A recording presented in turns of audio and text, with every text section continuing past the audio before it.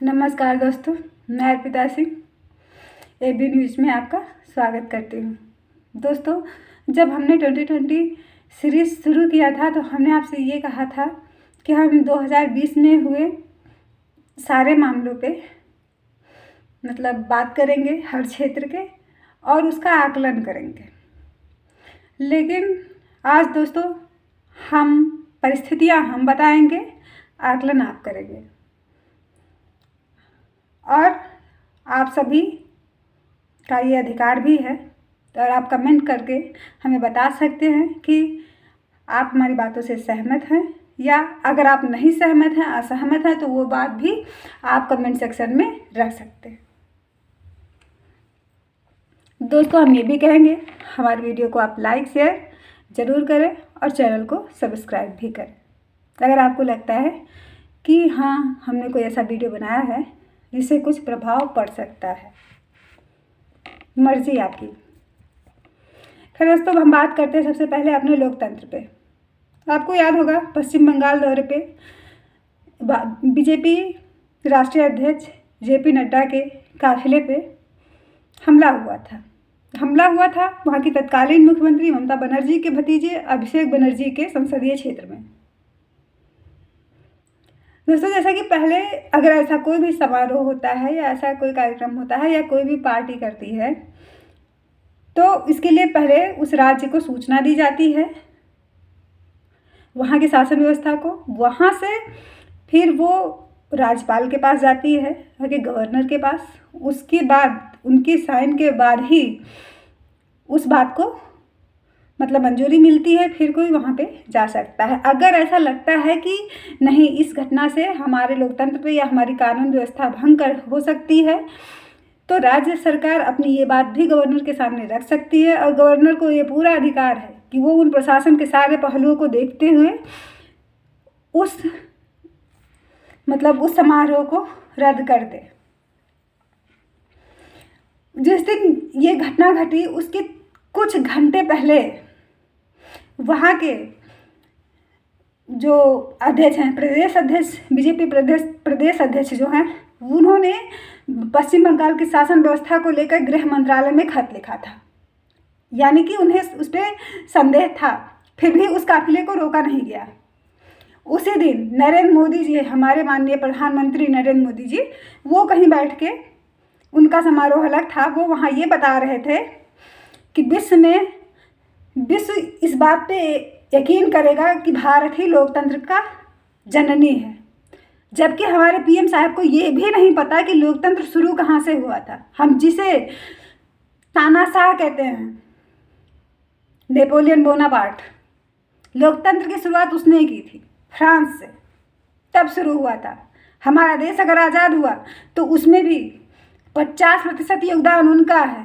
आज हम जिनको पूछते हैं उनका नहीं। रही बात, खैर वो तो इतिहास है, इतिहास को बदला नहीं जा सकता, लेकिन उससे सबक जरूर सीखा जा सकता है। और जिस इंसान, अगर आप किसी भी देश के प्रधानमंत्री के पद पे बैठे हो, जिससे आप पूरे देश को चला रहे हो, तो आपको वो काबिलियत अपने अंदर रखनी चाहिए, नहीं तो आप उसके हकदार नहीं हो। दूसरी बात, कुछ गलतियां हमारे अंदर भी हैं। हमने हमेशा सत्ता पक्ष को ही हमारे अंदर हमेशा से, क्योंकि ये जो गुलामी की भावना है, शायद उससे हम कभी बाहर नहीं निकल पाए। हाँ, सत्ता पक्ष को हमेशा हमने वैल्यू दिया, हमें लगा कि सारे अधिकार उन्हें हैं। हमने आज तक अपने अधिकारों का प्रयोग करना सीखा ही नहीं, और ना ही असल लोकतंत्र का मतलब समझा।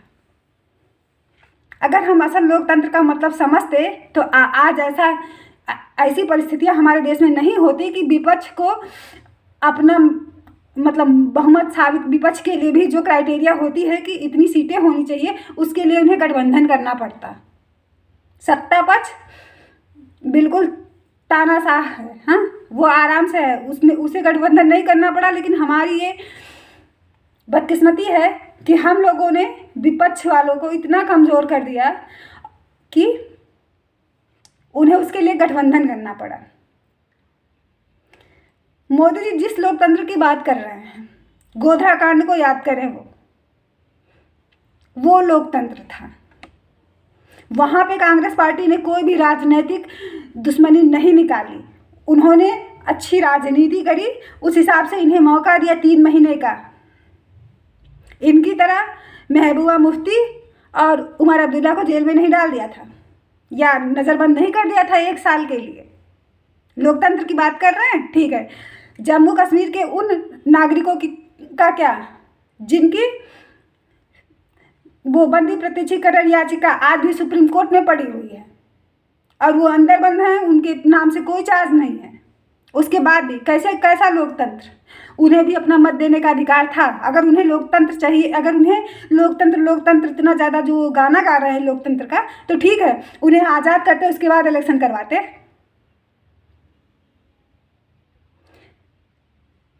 घाटी में कमल खिला, ठीक है, लेकिन ये कॉमन बात है, हर इंसान ही जानता है कि अगर कमल के फूल के पास आप बहुत ढेर सारा गंदगी फैला, मानते कीचड़ में ही कमल खिलता है, लेकिन अगर वहाँ भी इतनी ढेर सारे धुआं हो जाए तो क्या आप उस कमल को बचा पाएंगे मुरझाने से?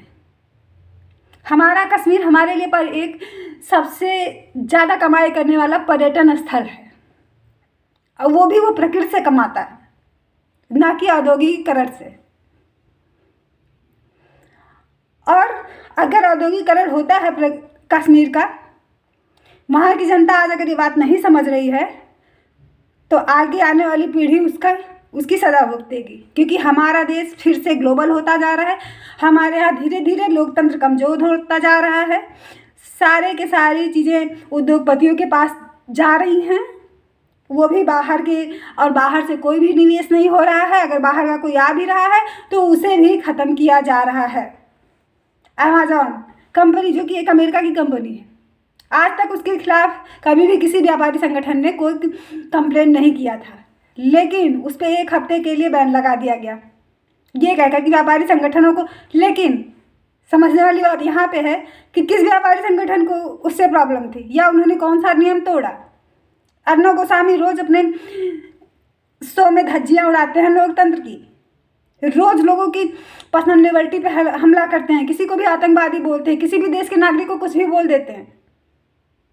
उनकी वो रोज़ पत्रकारिता की सीमा का उल्लंघन करते हैं, लेकिन उनका हेबियस कॉर्पस याचिका या अंतरिम याचिका सुप्रीम कोर्ट में मतलब एक ही दिन में लिस्ट में आ जाती है, और दीपावली जैसे गेस्ट छुट्टी के दिन उनकी सुनवाई होती है और उन्हें आज़ाद भी कर दिया जाता है। आपने आज़ाद कर दिया, लेकिन आखिर क्या हुआ? ब्रिटेन की एक संस्था ने 18 लाख रुपए का जुर्माना उस कंपनी पे ठोका जो कि इनके राइट्स रखती है, इनको टेलीकास्ट करने का, इनकी Republic Bharat Hindi TV channel का। उन्हें आप क्या बोलते हैं? वो हमारे हिंदुओं के शेर हैं।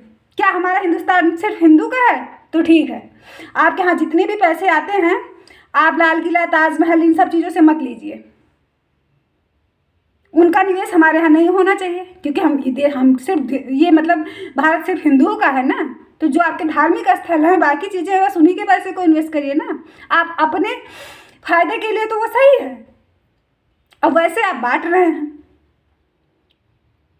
उसके बाद रही बात पश्चिम बंगाल की। आज पश्चिम बंगाल में जिस तरह से जो व्यवस्था है, उसको देख के भारत का कौन सा ऐसा नागरिक होगा जिसके मन में सवाल नहीं उठ रहे होंगे? क्या ममता बनर्जी इतनी बेवकूफ़ हैं कि वो चुनाव जो कि एकदम आने वाला है, वहाँ पे इतना जंगल राज करेंगी?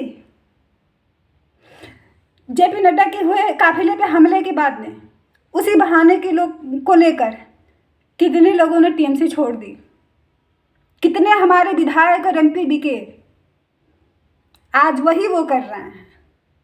ये जो आ रहे हैं, जो मार खा रहे हैं, जो ये हमारे बिकाऊ मीडिया चैनल जो दिखा रहे हैं कि हाँ उस औरत पे लाठी पड़ी, उसके मुंह से ब्लड निकल रहा है, वो पुलिस वाला उसे खींच के ले जा रहा है, मतलब फिर उसके बाद 2 लोग उस औरत को थामते हैं, उसके बाद वो पुलिस वाला फिर भी उस आदमी को जो उसे सहारा दे रहा होता है, उसे वो खींच के जेल में लेके जाता है। मतलब कि अमानवीयता की हर सीमा को पार किया जा रहा है।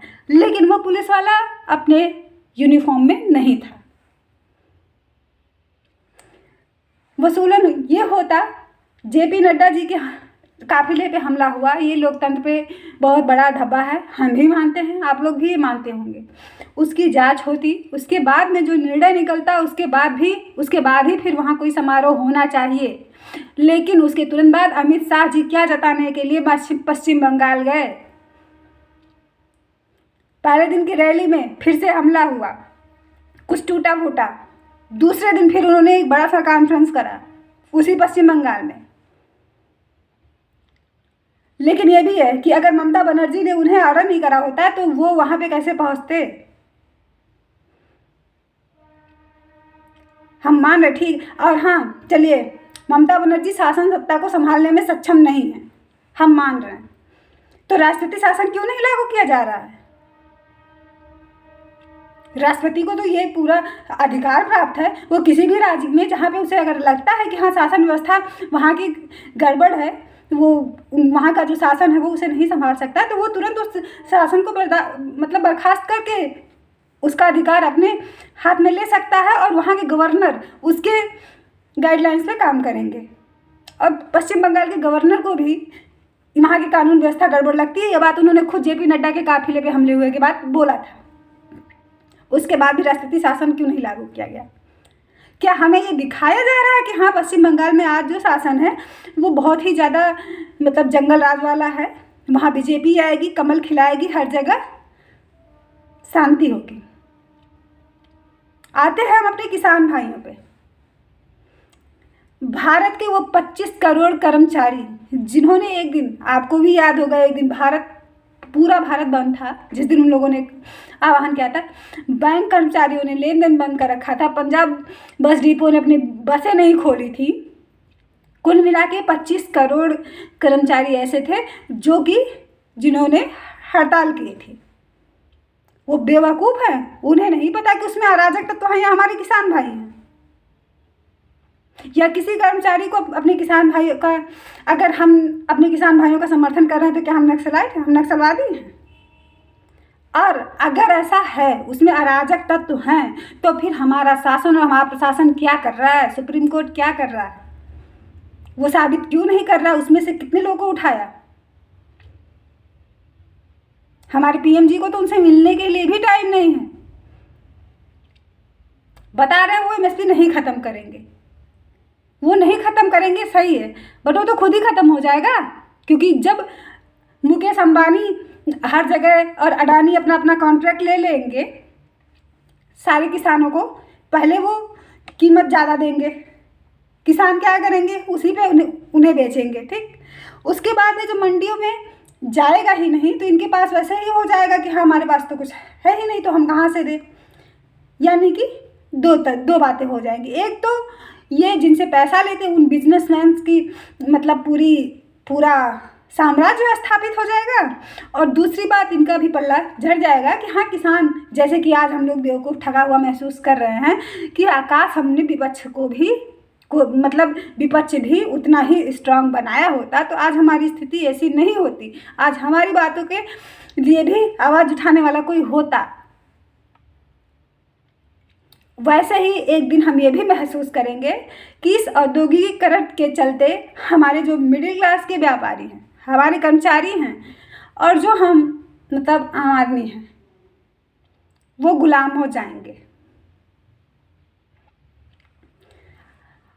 और देश की ही नहीं, विश्व की ही राजनीति बिल्कुल से पलट रही है। मित्र राष्ट्र जो थे वो भी अब बट चुके हैं। ब्रिटेन अब अमेरिका के साथ ना होकर के चाइना के साथ है। रसिया और अमेरिका की दुश्मनी बहुत पुरानी है।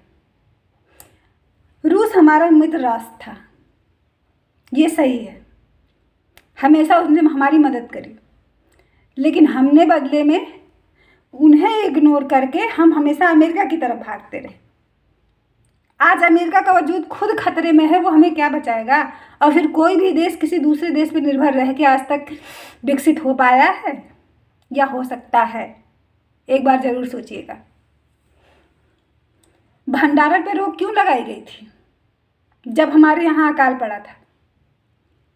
उस समय हमारे प्रधानमंत्री थे माननीय लाल बहादुर शास्त्री जी, उन्होंने लगाया था, क्योंकि उन्होंने ये एक सीमा बांध दी थी कि हाँ, इससे ज़्यादा आप भंडारण नहीं कर सकते, क्योंकि महंगाई का मेन कारण भंडारण ही होता है। कोई किसी भी किसान के पास, वो बता रहे हैं कि हम तो किसानों को भी छूट दे रहे हैं, भैया तुम भी रख लो, भंडारण कर लो। किसानों के पास क्या वो व्यवस्था है कि वो उतनी चीज़ें भंडारण करके रख लेगा? कहाँ रख लेगा? उसे अगली फसल भी तो उगानी है, उसमें भी जमा पूंजी लगती है, उसमें भी मेहनत लगता है।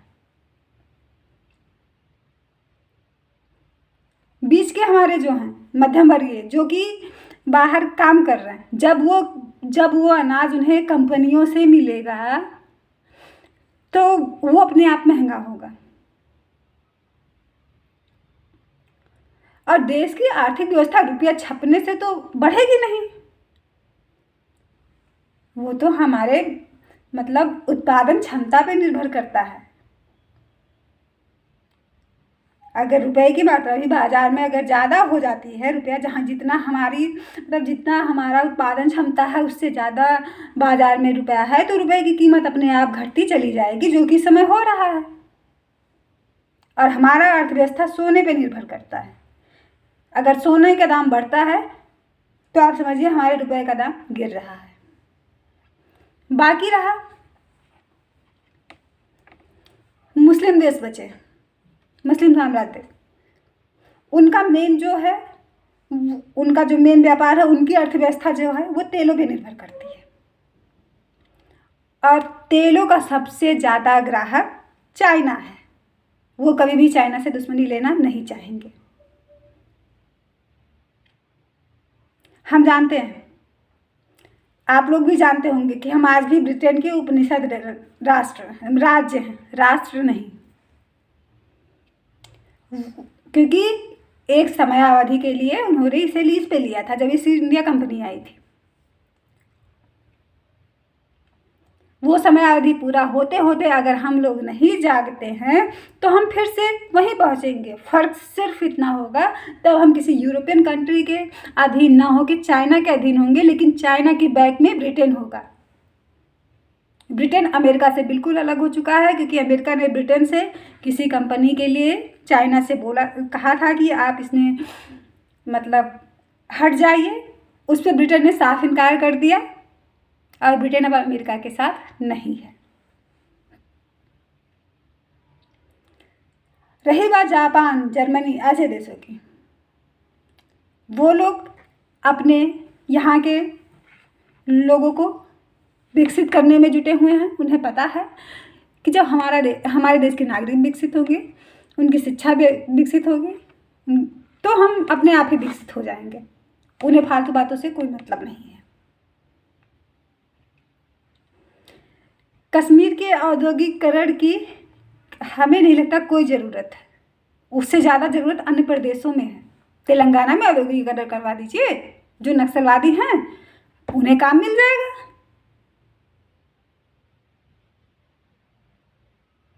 कश्मीर में तो पैसे वैसे भी आते हैं, बस आप वहाँ का उनको सुरक्षा प्रदान करिए, पर्यटक खुद आएंगे, पैसे आपके पास खुद आएंगे, वो भी विदेशी पैसे आएंगे।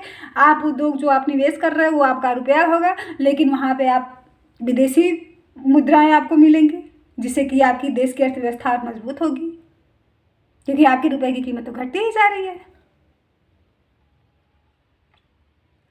तो क्या पूरा देश केवल अब अंबानी, अडानी और बाबा रामदेव चलाएंगे?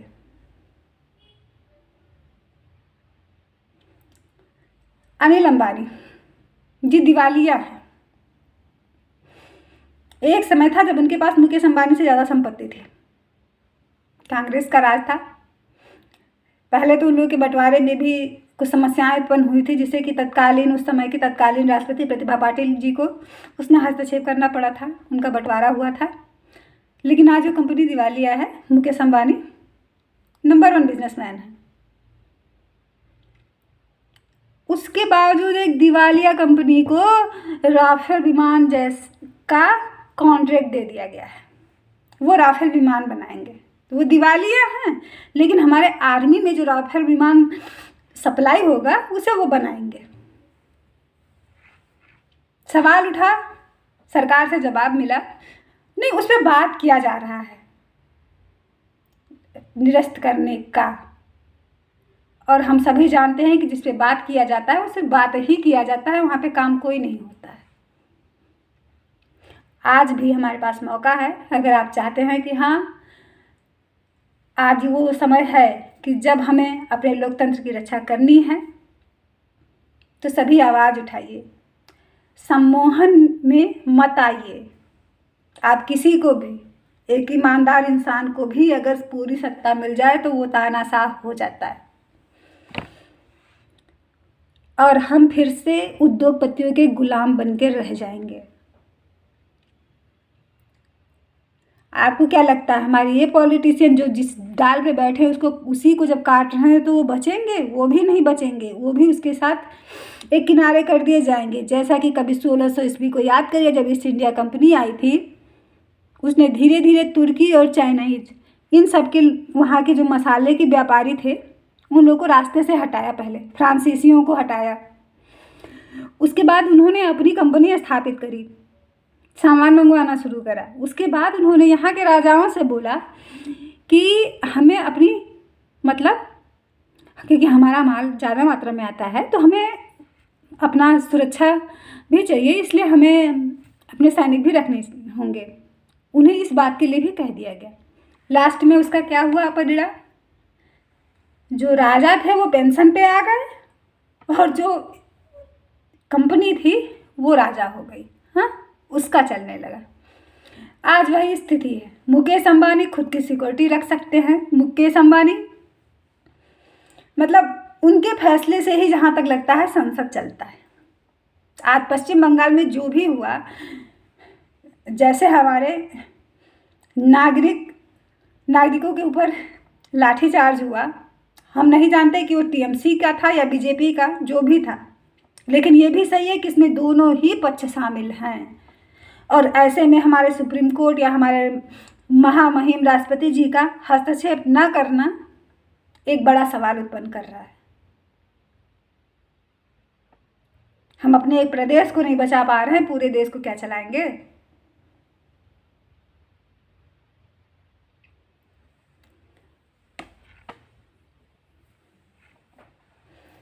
और रही बात जम्मू कश्मीर की, तो वहाँ औद्योगिकीकरण करें या ना करें, लेकिन वहाँ के उन बंदियों को छोड़ दें जिनके लिए उन्हें इस आशंका से गिरफ्तार किया था कि हाँ वो जब धारा 370 हटेगा तो वो लोग कुछ बवाल कर सकते हैं, क्योंकि उन पे ये लोग कोई चार्ज साबित नहीं कर पाए हैं। और होना ये चाहिए था इन्हें, अगर असल लोकतंत्र की परिभाषा मालूम होती तो वो उन्हें पहले रिहा करते, क्योंकि उन पर कोई चार्ज नहीं है। 1 साल से ज़्यादा वो लोग जेल में समय बिता चुके हैं, उसके बाद वो इलेक्शन करवाते। लेकिन जो हो गया उसे हम नहीं बदल सकते, लेकिन आने वाले समय को ज़रूर बदल सकते हैं। और रही बात किसान भाइयों की, तो वहाँ जो भी हैं वो सिर्फ और सिर्फ हमारे किसान भाई ही हैं।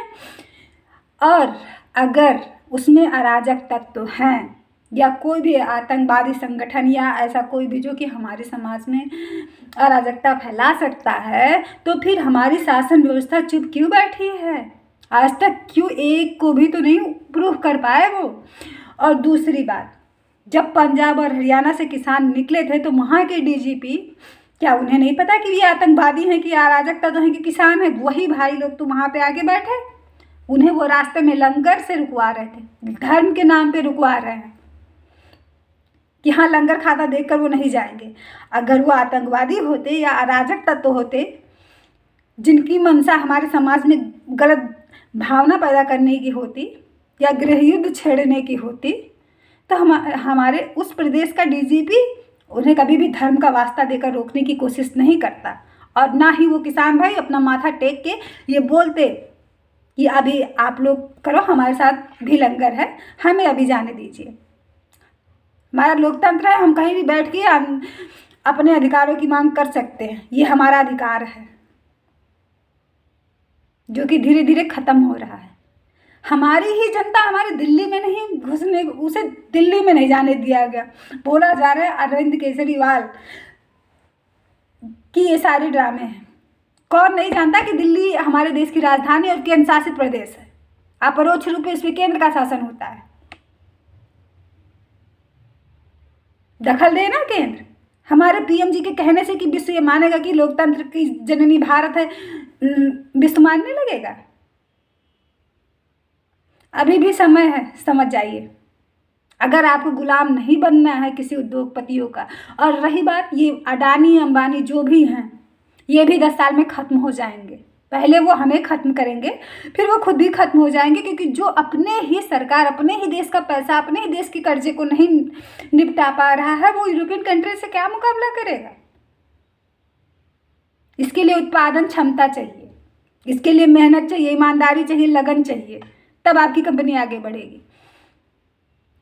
पैसे दे के नेताओं को खरीद के, आंदोलन करवा के, फालतू के दंगे भड़का के नहीं। हमारे किसान भाइयों पर आज ये आरोप लग रहा है कि वहाँ अराजक तत्व है। पश्चिम बंगाल में कौन है?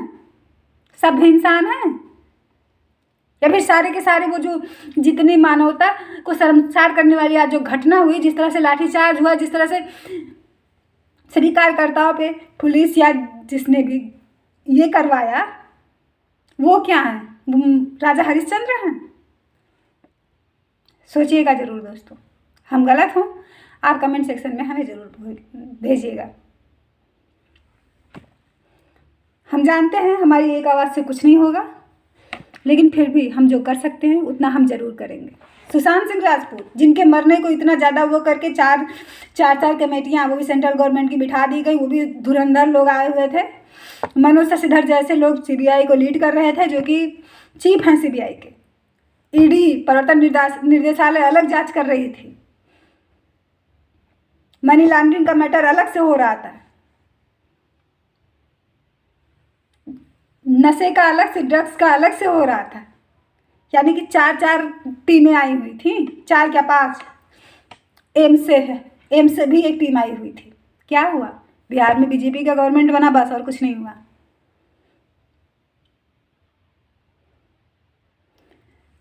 मुकेश अंबानी हमारे पत्रकार को, राजीव सरदेसाई को ये बोल रहे हैं कि हम आपको, कोई डिबेट था उसमें उन्होंने कुछ पूछा, उन्होंने कहा कि हाँ आप अच्छा काम कर रहे हैं या जो भी कहा हो। मुकेश अंबानी ने कहा कि हम आपकी बातों को ज़्यादा गौर ही नहीं करते हैं। और हम आपको बता दें, ये वीडियो आज का नहीं है, ये वीडियो बहुत पुराना है, लेकिन इसे वायरल कब किया गया? जब राजीव सरदेसाई ने आज तक चैनल पे रिया चक्रवर्ती को अपना बात कहने का मौका दिया। तो हम लोकतंत्र में हैं, हमारा जो है, हम यहाँ कोई दुश्मनी नहीं निभा सकते, कोई राजनीतिक दुश्मनी हमारी किसी से नहीं है। रिया चक्रवर्ती को ये अधिकार है, वो अपनी बातें रख सकती है जनता के सामने। आपको नहीं मानना है, आप मत मानिए, हम भी रिया चक्रवर्ती को फेवर नहीं कर रहे, लेकिन इसके लिए हम राजीव सरदेसाई का भी मजाक नहीं उड़ा सकते। और वही अर्नब गोस्वामी चिल्ला के गाली दें या कुछ भी कहें, या मतलब किसी को आतंकवादी बोल दें, उन पे हम कभी नहीं हंसते। हम उन्हें बोलते हैं हमारे हिंदू का शेर है। अरे अपना देश बचाइए, देश बचेगा तब धर्म और जाति बचेगा। और हमेशा से इतिहास गवाह है कि हमारे यहाँ धर्म और जाति को लेके ही बांटा गया है, और उसी का फायदा हमेशा उठाया गया है। वो 25 करोड़ कर्मचारी बेवकूफ़ नहीं हैं जो अराजक तत्वों के साथ मिलने के लिए, उनको सपोर्ट करने के लिए हड़ताल पे बैठ जाएंगे। एक बार ज़रूर सोचिएगा, केंद्र सरकार क्या इनकी ये इतनी सारी इंटेलिजेंस ब्यूरो जो हैं, जो सब सैलरी लेते हैं, विदेशों में भी हैं, इनके एजेंट यहाँ भी हैं, क्यों नहीं साबित करते? एक को भी तो साबित करें कि हाँ ये आतंकवाद गिरोह से है, या यहाँ से है, या वहाँ से है। सिर्फ हम किसी पर, हम सभी जानते हैं मीडिया भी का हुआ है। मीडिया वही बोलेगा जो बीजेपी बोलेगा, क्योंकि आज तो ये हालत है कि हमारे एंकर साहब जो होते हैं वो भी, मतलब जो अपोजिशन है, जो बचा कुचा अपोजिशन है भी, उसकी बातों को दबा दिया जाता है, उसको म्यूट तक कर दिया जाता है। आज ये हालत है हमारे लोकतंत्र की कि उसकी बात को म्यूट कर दिया जाता है, जनता तक पहुंचने नहीं दिया जाता है। और लड़ाई अलग से करेंगे, लगेगा कि हाँ वही प्रधानमंत्री बनने वाले हैं, भावी प्रधानमंत्री वही हैं। दोस्तों, ये अटल बिहारी वाजपेयी जी की बीजेपी नहीं है, इसलिए मोह भंग करके अपने दिमाग से सोच के फिर फैसला लीजिए। अभी भी आपके हाथ में सब कुछ है, तो अगर बचाना चाहते हैं तो अब किसान भाइयों का साथ दें। पश्चिम बंगाल में क्यों नहीं राष्ट्रपति शासन लागू कर रहा है? ये राष्ट्रपति शासन लागू करे ना, लेकिन वो जानते हैं कि अगर वो राष्ट्रपति शासन लागू करेंगे तो उनका वोट बैंक कम होगा कि हाँ, जनमत से जो चुन के आया था, अगर वो अपना काम सही से नहीं कर रहा तो राष्ट्रपति का तो एक तानाशाही का जो छवि होगी वो बन जाएगा। लेकिन यहाँ हम ये भी कहना चाहेंगे कि हमारे महामहिम राष्ट्रपति जी को भी इस बात को ध्यान देना चाहिए, क्योंकि इसमें उन्हें किसी भी कैबिनेट के लिए मतलब बात नहीं है कि हाँ उन्हें इतना मंजूरी मिले तभी वो उसे शासन को लागू कर सकते हैं। इसके लिए वो स्वतंत्र हैं। उन्हें अगर ऐसा लगता है तो पश्चिम बंगाल की सत्ता को बर्खास्त करें और वहाँ पर अपना शासन लागू करें और वहाँ के गवर्नर उसका शासन दे जब तक कि इलेक्शन ना हो जाए। मानते हैं राष्ट्रपति शासन लागू होने के 6 महीने के अंदर चुनाव करवाने जरूरी है,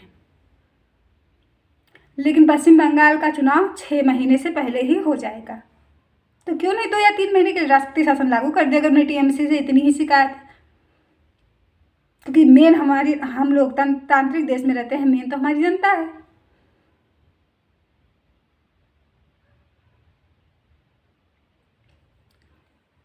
बाकी दोस्तों आप लोग भी सोचिएगा। जय हिंद, जय भारत।